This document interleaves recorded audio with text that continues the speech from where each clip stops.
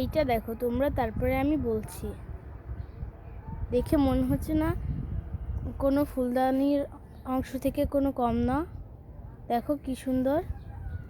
আমি ভাবতেও পারিনি যে আমার গাছে এত সুন্দর সুন্দর ফুল ফুটবে।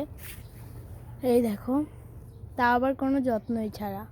যত্ন বলতে আমি খালি গাছে গোবর সার দিই, আর হলো সবজি খোসা ভেজানো আর জল দিই, আর মাঝে মাঝে এলো হলুদ স্প্রে করে দিই। আগের সপ্তাহে ফুটেছিল এইটা।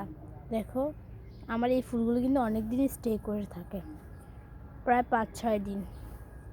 এটা আমি নিজেই দেখেছি। আগের শুক্রবারে এই ফুলটা ফুটেছিল, এখনও ঝরেনি, দেখেছো? আর আজকে তো শুক্রবার।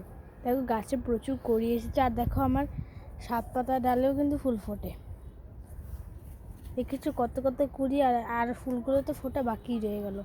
এই দেখো কত কত ফুল ফুটেছে। ভাবতেও পারিনি এত ছোট ডাল থেকে এত এত ফুল পাওয়া যাবে।